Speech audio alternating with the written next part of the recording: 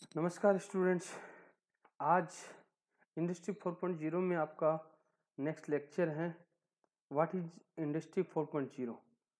Industry 4.0 की क्यों ज़रूरत पड़ी, क्यों हमें इंडस्ट्री 4.0 से रिलेटेड डिस्कशन हुआ, क्या इंडस्ट्रियल रिवोल्यूशंस हैं, किस तरीके से हम इसको स्मार्ट सिटीज़ के साथ में ऐड कर सकते हैं।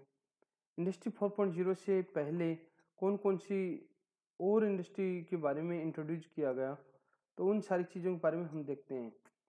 तो सबसे पहले हम डिस्कस करेंगे व्हाट इज इंडस्ट्री 4.0। इंडस्ट्री 4.0 है क्या।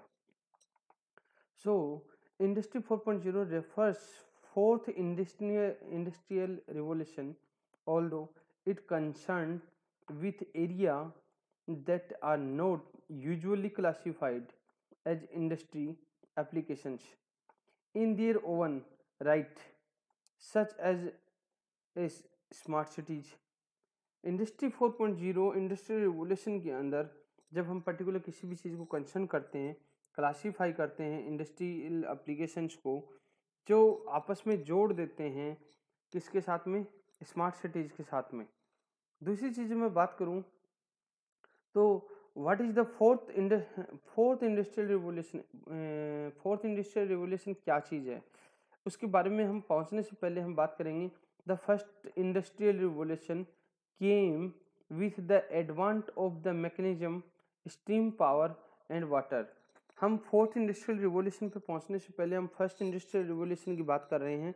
फर्स्ट इंडस्ट्रियल रिवोल्यूशन के अंदर जब मैकेनिकल की जितनी भी मशीन्स ऑपरेट होती थी वो भाप से या पानी की भाप से या कोयले से ऑपरेट होती थी। उसके बाद में सेकेंड इंडस्ट्रियल रिवोल्यूशन आया। Then in second industrial revolution this was followed by the second industrial revolution which revolved around the mass production and assembly line using the electricity। Second industrial revolution के अंदर mass production की चीज़ें आई। Mass production कब होने लगा, जब मशीनों में भाप के और कोयले के बाद में इलेक्ट्रिसिटी का काम स्टार्ट हुआ, तब एक बल्क में प्रोडक्शन होना स्टार्ट हुआ। जब सेकेंड रिवोल्यूशन के बाद में आया मेरा third industrial revolution. Third industrial revolution की जब मैं बात करता हूं तो इसके अंदर क्या क्या चीज़ें इंक्लूड हुई। Can with the electronics and IT system and automation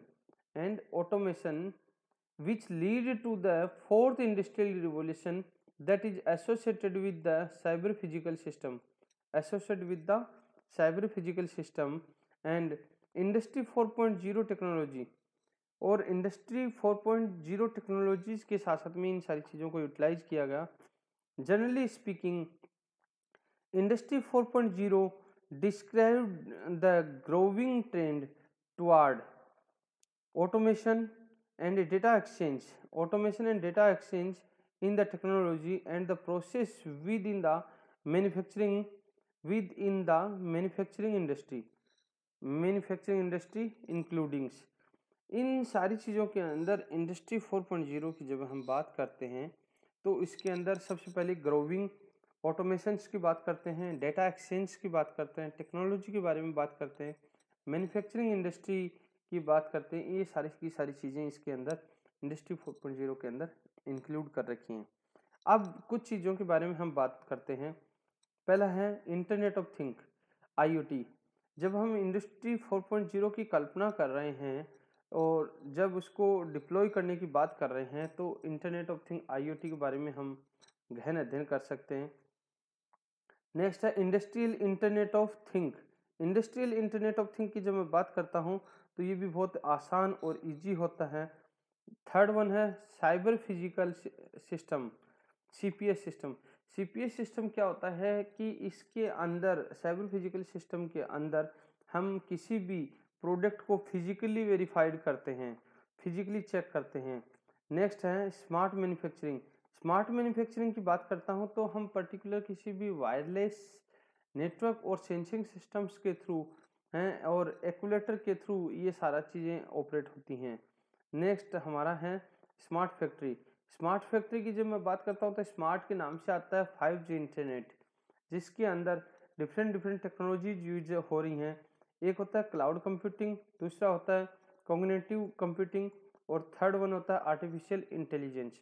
इन सारी चीज़ों को हम यूज में लेते हैं। अब ये जो आपके सामने है ये बना हुआ है industrial transformation industry 0 to industry 4.0। तो इंडस्ट्री 0 के बारे में जब मैं बात करता हूँ, इंडस्ट्री जीरो में क्या था कि हैंड क्राफ्टेड मैंने कि कोई भी सामान जब बनाया जाता था वो हाथों से बनाया जाता था। इंडस्ट्री 4.0 में फिर थोड़ा और रिसर्च हुआ और लॉन्च हुआ इंडस्ट्री 1.0। 1.0 के अंदर जितने भी मैकेनिकल प्रोडक्शंस था, मैकेनिकल मशीनें थी, वो किससे ऑपरेट होने लगी? Mechanical production via water and stems, water और स्टीम से। जब मैकेनिकल मशीनें थी वो भाप और पानी से और कोयले से ऑपरेट होने लगी तो थोड़ा सा प्रोडक्शन और बढ़ा। उसके बाद में आया इंडस्ट्री 2.0। इंडस्ट्री 2.0 की जब हम बात करते हैं तो mass production and division of labour, mass production और डिवीजन ऑफ लेबर्स, यानी कि इंडस्ट्री 2.0 के अंदर क्या हुआ कि धीरे धीरे इलेक्ट्रिसिटी और इन सारी चीज़ों की सप्लाई होने लगी और जो मशीन्स थी वो बिजली से चलने लग गई, तो बल्क में प्रोडक्शन होने लगा, जिससे क्या हुआ लेबर की कॉस्टिंग होने लग गई, लेबर को डिवीजन हो गया। फिर आया इंडस्ट्री 3.0। इंडस्ट्रियल 3.0 के अंदर क्या करते हैं हम?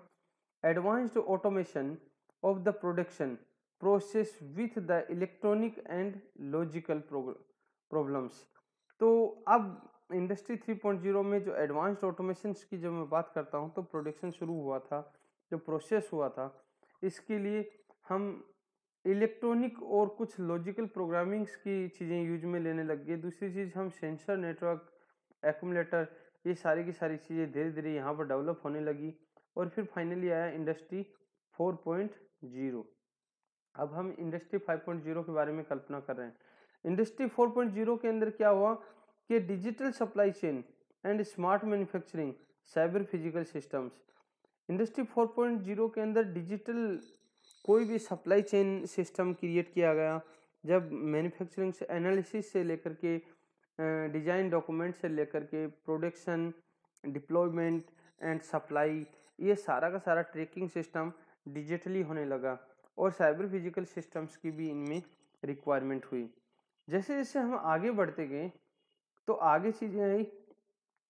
This automation create a manufacturing system whereby the machines in factories are augmented with wireless connectivity and sensor to monitor the visualize an entire production process and make automation decision।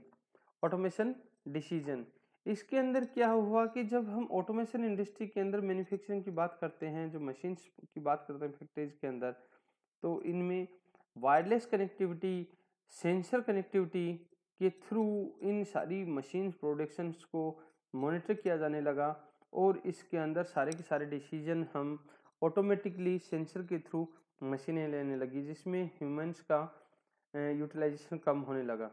Next हमारा है wireless connectivity and augmentation of machine will be generally advanced with the full roll out of the 5G network. This will provide the faster response time, allowing for the near real time communication between the systems। Wireless connectivity augmentation process जब हो रहा था तब मशीनों के बारे में जब हम एडवांस्ड लेवल पे हम सोच रहे थे, इनकी फास्ट कनेक्टिविटी, फास्ट मैसेजिंग और फास्ट सर्विसेज के बारे में जब हम सोच रहे हैं तो 5G इंटरनेट की बारे में सोचना पड़ेगा। 5G इंटरनेट इसलिए ज़रूरत पड़ी क्योंकि इसी हाई बैंडविड्थ नेटवर्क होता है जिसके अंदर किसी भी मैसेज का कम्युनिकेशन सोर्स से डेस्टिनेशन और डेस्टिनेशन से सोर्स, सेंडर से रिसीवर तक किसी भी इंफॉर्मेशन को फास्ट कम्युनिकेट करना, जिससे एक तो टाइम की बचत हो, मनी की बचत हो और कोई भी जो रिस्पॉन्स होता है वो फास्ट रिस्पॉन्स वापस रिस्पॉन्ड करता है, जिससे किसी भी सिस्टम को ऑपरेट करने में कोई भी दिक्कत नहीं होती है। ये आपके पास में इंडस्ट्री 4.0 है। इंडस्ट्री 4.0 की जब मैं कल्पना करता हूँ तो मैंने आपको बताया था कि एक सॉफ्टवेयर की बात करता हूँ तो एक होता है SDLC, software development life cycle. Software development life cycle के अंदर सबसे पहले क्या होता है एनालिसिस। क्या होता है? एनालिसिस। एनालिसिस होता है, फिर डिजाइनिंग प्रोसेस होता है, डॉक्यूमेंटेशन होता है, देन डॉक्यूमेंटेशन के बाद में क्या होता है? प्रोडक्शन होता है। ये आपके सामने प्रोडक्शन है।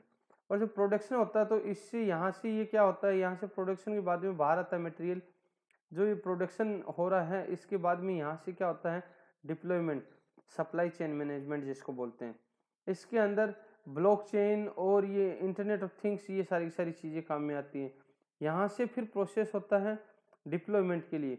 डिप्लॉयमेंट के लिए डिलीवरी जिसको बोला जाता है। यहाँ पर लोडिंग होता है और वेयर हाउसेस में जाता है। वेयर हाउस में यहाँ पहुँचने के बाद में माल किसके पास जाता है? कस्टमर्स के पास जाता है, रिटेलर्स के पास जाता है। ये यहाँ पर जिसको हम क्या बोलते हैं? कस्टमर सेंटर बोलते हैं। जिसको हम क्या बोलते हैं नॉर्मल भाषा में? कस्टमर सेंटर बोलते हैं। तो ये पूरा पूरा प्रोसेस इंडस्ट्री 4.0 का एक आर्किटेक्चर है। दूसरी चीज हम बात करते हैं the fourth industrial revolution also relate the digital twin technology. The digital twin technology can create the virtual sensors of the real world installation process and the application. These can then be robustly tested to make cost effective and decentralized decision. इसके अंदर होता क्या है कि जब particular किसी भी industrial revolution की जब हम बात करते हैं, जब हम किसी भी डिजिटल ट्विन टेक्नोलॉजी की बात करते हैं तो हम टेक्नोलॉजी और इंस्टॉलेशन प्रोसेस और डिजिटली टेक्नोलॉजी के साथ में हम क्या करते हैं? एसोसिएट कर लेते हैं, जिससे एक पर्टिकुलर जो टेस्ट होता है, जो इफेक्ट होता है, उनको हम क्या करते हैं? डिसेंट्रलाइज करते हैं और एक पर्टिकुलर डिसीजन लेने का इसके अंदर काम किया जाता है। दूसरी चीज, इसी चीज के बारे में अगर हम बात करेंगे तो क्या होता है कि द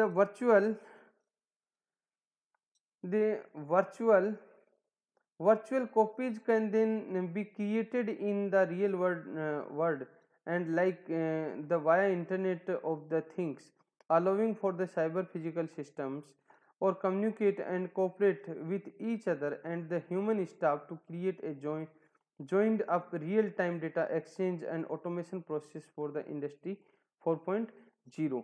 दूसरी चीज हम बात करते हैं इससे पहले, what is an example of industry 4.0। Industry 4.0 के क्या क्या एग्जांपल्स हो सकते हैं, उन सारी चीज़ों के बारे में हम बात करते हैं। तो फर्स्ट एग्जांपल हमारा है industry 4.0 has already been the demonstrated through the business modules such as offline programming and adaptive control for the arc welding taking the process from the product designing through the simulation on shop floor for the production process. दूसरी चीज हमारा, there are also example of the business implementations industry 4.0 in automotive and manufacturing and a variety of the smart factories and across the world. इन सारी चीज़ों के बारे में हम बात करेंगे। दूसरी चीज़ अब हम नेक्स्ट लेक्चर में बात करेंगे industry 4.0 at twin technology. Twin technology की फुल फॉर्म में बता देता हूँ, training within the industry.